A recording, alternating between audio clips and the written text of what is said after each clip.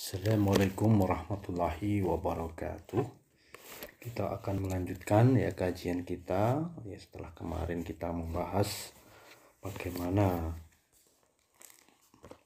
kemungkinan adanya orang Jawa atau Sumatera di masa kenabian Yang kemarin kita ambil kesimpulan bahwa sudah ada orang Nusantara yang di Arab saat itu yang bekerja sebagai penjaga Baitul Mal, penjaga penjara begitu. Nah, sekarang kita akan masuk bagaimana sih Islam bisa menjadi agama mayoritas di Nusantara. Itu yang akan kita bahas hari ini. Tentu saja ada hubungannya dengan topik yaitu Wali Songo, antara apakah dia radikal karena sebagai desainer negara Islam, karena pada masa kita ini orang-orang yang mendakwahkan atau materi ceramahnya ada negara Islam, ada khilafah, itu diidentikan dengan kaum radikal, intoleran, anti Pancasila dan sejenisnya. Bahkan baru kemarin ada kajian jelang Ramadan yang dibatalkan oleh seorang komisaris BUMN melapor karena ada pematerinya yang pro khilafah, sehingga diindikasikan radikal sehingga dibatalkan. Di suasana kita kan memang seperti itu. Lalu apakah kaitannya dengan Wali Songo? Apakah Wali Songo itu radikal karena juga mendirikan negara Islam atau sepakat negara Islam? Ya, tentu saja. Jawabannya itu ada di materi kita kali ini, yaitu banyak saya ambil sumbernya di Profesor Wiji Saksono, Mengislamkan Tanah Jawa. Nah, sebelumnya kita definisikan dulu wali itu apa. Wali itu berasal dari bahasa Arab wala atau walia, yang berarti koroba, yang artinya adalah dekat. Jadi kerabat, teman, atau pelindung, itu adalah makna dari wali yang bisa kita ambil dari makna bahasa maupun dari Al-Quran. Sedangkan menurut uraf atau tradisi di Jawa, perkataan wali menjadi sebutan bagi orang yang dianggap keramat. Dalam kaitan ini ditemuilah istilah Wali Songo atau 9 wali. Padahal sebenarnya istilah awalnya itu Wali Sana. Nah, sebagaimana bukunya Profesor Wiji Saksono ini sumber referensinya kan ada 3 yang utama Yang pertama itu adalah Handbook Van Bonang. Ini adalah tulisan atau buku di masa Sunan Bonang. Jadi Wali Songo fiktif itu hot karena memang ada Wali Songo atau Wali Sana. Nanti saya terangkan. Di Handbook Van Bonang yang sekarang naskahnya itu masih tersimpan di Universitas Leiden, ini diambil penjajah saat itu di Tuban kalau tidak salah. Ketika di masa penjajahan Belanda diambil dan dibawa ke Eropa. Nah, naskah ini berisi pengajian Sunan Bonang. Kemudian naskah kedua berisi notulensi rapat Wali Songo atau Wali Sana, nanti saya terangkan, yang membahas aliran sesat. Nah, jadi Wali Songo itu juga sangat perhatian terhadap aliran sesat. Jangan dikira seperti sebagian ulama sekarang yang bahkan nggak mau ada aliran sesat, pokoknya tujuannya sama, cuma perahunya berbeda, itu aja. Padahal Wali Songo menurut sumber Handbook Van Bonang adalah sangat bahkan nanti bisa kita bahas termasuk penghukuman mati Syekh Siti Jenar atau Syekh Lemah Abang itu di dalam bukunya Profesor Wiji Saksono ini juga karena terkait aliran sesat. Ringkasnya dihukum mati ketika Demak sudah berdiri. Awal disidang oleh para Wali Songo itu belum ada kerajaan atau Kesultanan Demak, masih Majapahit, mereka tidak memberikan hukuman mati, hukuman kisos ya. Tapi ketika Demak sudah berdiri, sebenarnya dikutip di buku ini, baru diberi hukuman mati. Nah, itu bukti para wali songo pun pro negara Islam Demak dan pro hukuman mati sebagaimana diatur oleh syariat terhadap ya kasus-kasus tertentu yang memang harus dihukum mati. Nah, naskah kedua yang menjadi sumber utama di buku yang kita akan banyak rujuk ini adalah Koprak Ferrara, yaitu gulungan naskah dari Jawa yang berupa notulensi dari pengajian Maulana Malik Ibrahim. Nah, yang ketiga adalah Serat Wali Sana.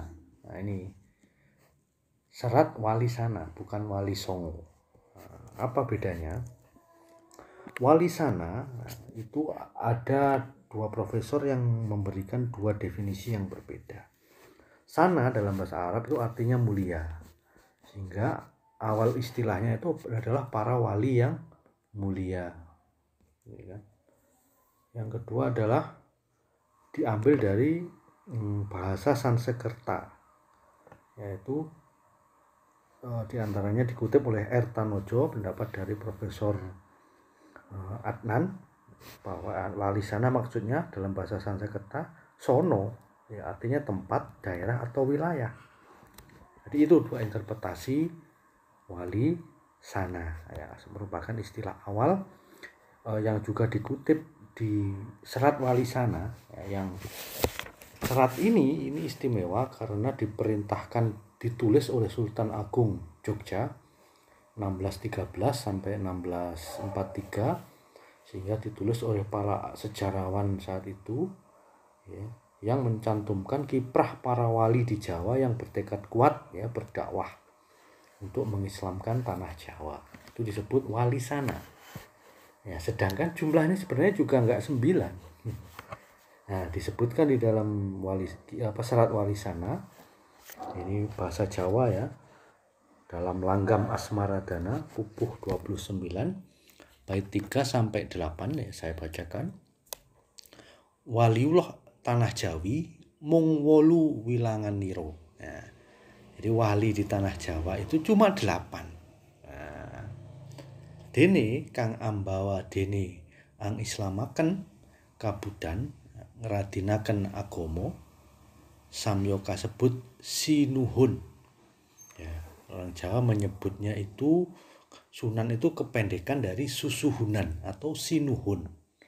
Ya, dengan disertai atau tidak disertai sebutan kanjeng sebagai kependekan dari Kang Jumeneng ya, Kanjeng Kang Jumeneng, pangeran atau sebutan lain yang bisa diterapkan bagi para raja atau penguasa ya, di Jawa. Ya, pembenaran interpretasi ini dijelaskan melalui kenyataan sejarah. Ya, misalnya Sunan Gunung Jati sangat berkuasa di daerah Cirebon dan Banten tentunya. Dan Sunan Giri itu berkuasa di daerah Giri ya, Gresik sekarang. Bahkan sampai ke luar Jawa, Makassar, Ambon dan Ternate. Jadi itu istilahnya awalnya itu 9 wali itu adalah wali sana ya, dan disebutkan di Serat Wali Sana itu jumlahnya wali sana itu cuma 8. Ya, di sini disebutkan Sunan Ngampel Kang Rumiyin, ya, Sunan Gunung Jatinulyo, Sunan Ngudung Katigani, Sunan Giri Gajah, Sunan Makdum ing Benang, Sunan Alim ing Majagung, Sunan Mahmud ing Darajat, Anulya jeung Sunan Kali kasebut wali pamungkas. Nah, itu Sunan Kalijogo maksudnya, itu wali pamungkas. Lalu apakah istilah wali songo itu salah? Tidak, karena memang ketika mereka rapat itu jumlahnya 9. Wali yang tidak termasuk waliullah tanah Jawi 8 itu disebut wali nukboh, wali nukbah. Di Serat Wali Sana disebutkan tan kasebat wali sana ingaran wali nukbah. Nukbah tututan liripun, liring tututan sambungan. Sambunganing para wali punika wali anane panwus amanggon manggon dunungan ing bapa bok kalebu golongan nenggih wali kutub 1000 ewoning walining jagat wali salumahing bumi kang kasebut ing riwayat anenggih 1000 cacahe yekti samya kadunungan alia tanah-tanah sambunging wali 8 yekti akeh kewolo. Jadi menurut serat wali sana ini wali-wali yang dinyatakan para wali 9 itu hanya berjumlah 8. Para wali ya di Jawa maupun di Nusantara itu sangat banyak. Tapi selain wali 9 disebut wali nukbah yang jumlahnya bahkan ribuan. Ya, nukbah ini mungkin perubahan ucapan kata Arab naubah sebagai masdar bagi fi'il madi kata nabi ya. Kata nabah ya. Dan merupakan murodif bagi kata ukbah atau badal yang artinya wakil, belakangan atau pengganti. Nah, itu secara definisi. Nah, yang menarik ya, prestasi Wali Songo ini kan sangat luar biasa. Ya, ini dicatat oleh Tommy Pires, seorang penjelajah Portugis yang 2 kali ya mampir ke tanah Jawa. Yang ya ada yang menyebut dia ini juga ini ya bagian dari pemerintah ya, intelijen lah kalau zaman sekarang. Dia tuh 40 tahun ya pasca Wali Songo ya, karena sebelumnya Tommy Pires kesini itu masih tidak ada, sulit ditemukan orang Islam gitu loh. Sedangkan 40 tahun pasca Wali Songo ketika Tommy Pires kembali mengunjungi Jawa, itu seluruh pantai utara Jawa sudah mayoritas muslim. Ya kan, dan pemimpin-pemimpin lokal di pantai utara Jawa itu juga sudah muslim, ya kan. Dan di masa itu sudah di masa Sultan Trenggono ya, Demak ya. Yang memang salah satu masa keemasan di masa Sultan Trenggono ini. Ya kan, itu sudah menguasai ya hampir seluruh pulau Jawa ya, kecuali beberapa di Jawa Barat, Banten dan di Banyuwangi. Lalu sebagian Sumatera ya, selatan, tengah dan Kalimantan. Nah, itu wilayah Demak saat itu ya di masa jayanya. Lalu ya di bukunya mengislamkan tanah Jawa ini ya, penulisnya ya, berpendapat berdasarkan penelitiannya bahwa Wali Songo itu atau Wali Sana adalah sebuah lembaga, ya kan? Lembaga apa? Yaitu lembaga ya semacam kalau zaman kekhilafan Islam itu ya kodi atau ya semacam MUI lah kalau di zaman kita.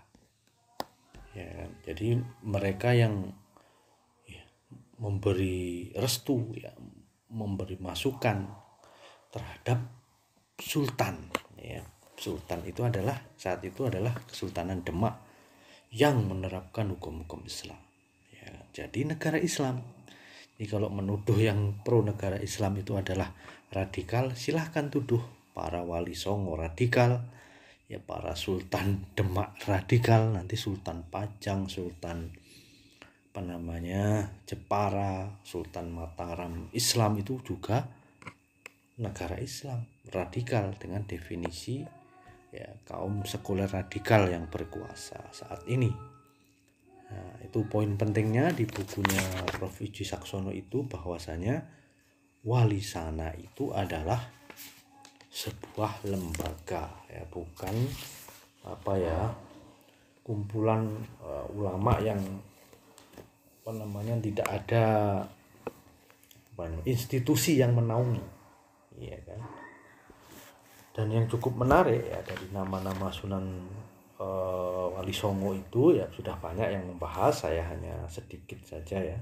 Nanti bisa dicari di akun YouTube yang lain ya, Ustadz Salim Villa, Kiai Agus Sunyoto itu juga banyak membahas ya. Yang penting di sini adalah bahwasanya ya kan, Kesultanan Demak itu pada 1455 ya, jadi belum lahir ya, itu ada Raden Hasan atau yang nanti dikenal dengan nama Raden Fatah, itu lahir di Palembang ya kan. Ibunya ada yang menyebut itu orang Cina, ada yang menyebut orang Campa. Nah, itu adalah salah satu selir dari Raja Majapahit Brawijaya kelima. Saat itu dia dititipkan di Palembang oleh kerabatnya di sana. Ketika dia sudah mulai besar, dia dipondokkan di Ampel, Surabaya, Ampel Denta ya, kepada Syed Rahmat yang nanti menjadi Sunan Ampel gelarnya. Jadi Syed seorang Habib ini, tidak boleh anti Habib. Habib ini mayoritas ya, wali itu adalah Habib, wali Songo. Yang sampai kemudian oleh Sunan Ampel ini ada pernikahan politis, dinikahkan dengan putrinya yang bernama Sayyidah Murtasimah ya kan? Yang kemudian ini perlu dibahas sedikit ya kan, bahwasanya ya ini sejarah yang benar, bahwasanya ya ketika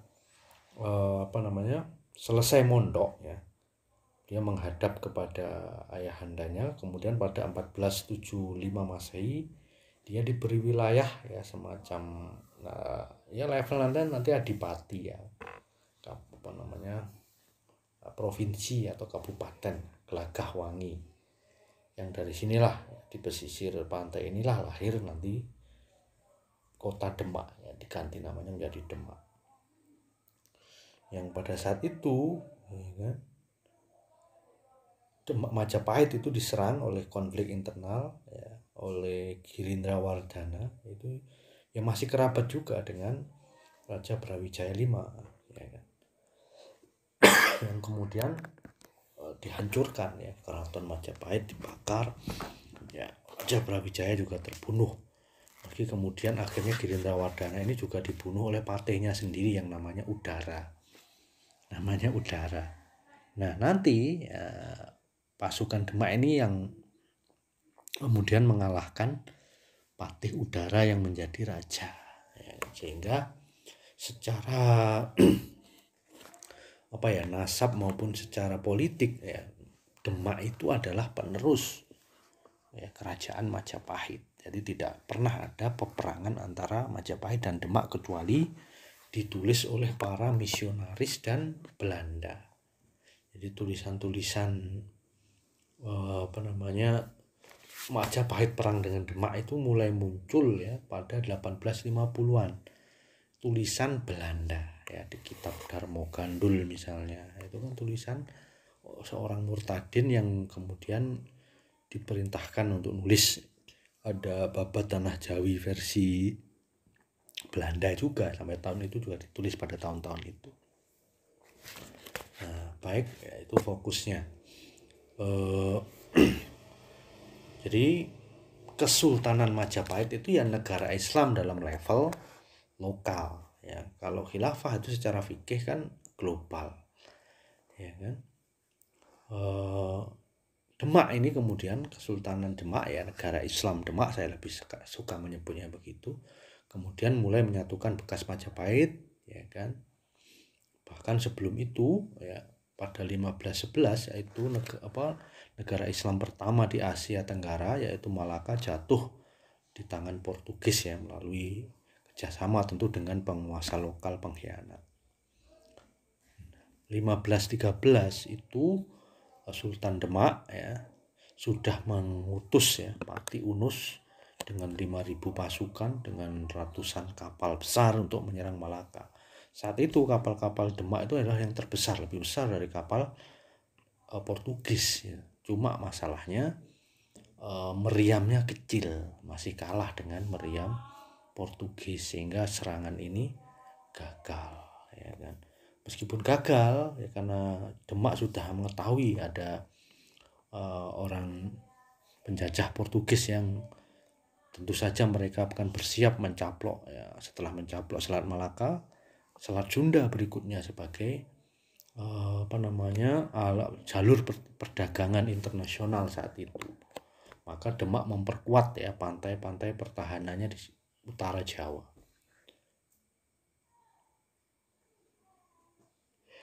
Maaf. Pati Unus ini kemudian melakukan serangan kedua yang lebih besar. Tapi tetap yang kedua ini ada serangan darat juga, tapi tetap teknologi meriamnya tetap kalah. Ya, sehingga dia terluka dan 1521 insya Allah beliau syahid.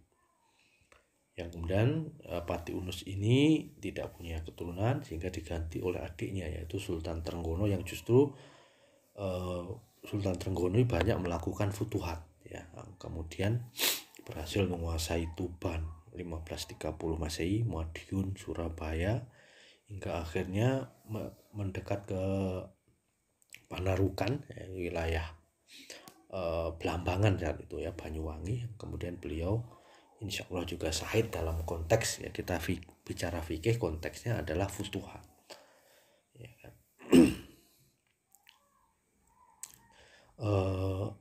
Kemudian pada 1527 ya, sebelumnya 1522 ya, Portugis itu melakukan perjanjian dengan kerajaan Hindu Pajajaran ya, yang belum dikuasai ya di sekitar Banten, Jawa Barat ya, untuk ya bekerja sama ya tentu saja untuk membendung pengaruh Demak. Kemudian dibentuklah benteng-benteng Portugis di yang sekarang Jakarta, yang dulu Sunda Kelapa ya. Sampai kemudian 1527 ya, Demak ya bersama Fathahillah mampu mengusir Portugis dari Sunda Kelapa yang kemudian diubah menjadi Jayakarta yang nantinya menjadi Jakarta. Ya, sebelumnya diubah Belanda menjadi Batavia ya kan.